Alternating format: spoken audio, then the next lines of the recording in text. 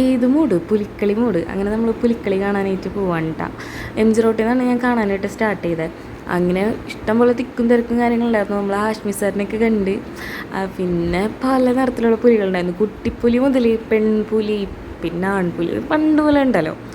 അങ്ങനെ നമ്മൾ അതിൻ്റെ ഇടയിൽ കുറേ പേരൊക്കെ കണ്ടു കേട്ടോ.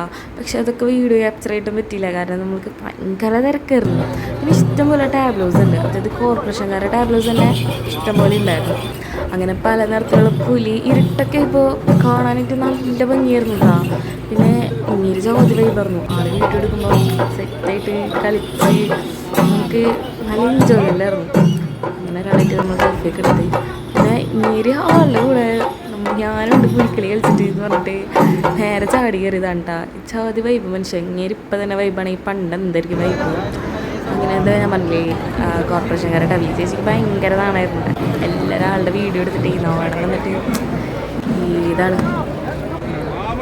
പിന്നെ തൃശ്ശൂർ എപ്പോഴും ലഹരി വിരുദ്ധ പരിപാടിക്കൊക്കെ മുന്നിലാണ് നിൽക്കാം. അങ്ങനെ അങ്ങനത്തെ ഒരു ടാബ്ലോയും കണ്ടു.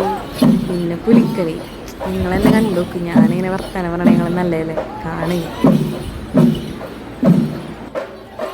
പിന്നെ അവിടെ നിന്ന് വേണ്ട ശിങ്കാരി വേണം. ഓഹ്,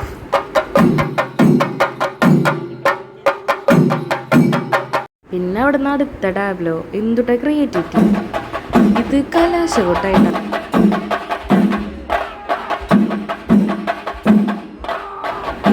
പിന്നെ ലാസ്റ്റ് ഞെര വയറ്, ജാതി വയറ് അല്ലേ, എങ്ങനെയാണോ മെയിൻറ്റെയിൻ ചെയ്യണത്. പിന്നെ ഒരു ജ്യൂസും കുടിച്ചിട്ട് അങ്ങനെ നമ്മൾ കണ്ടിറങ്ങി വീട്ടിൽ പോവാണ്.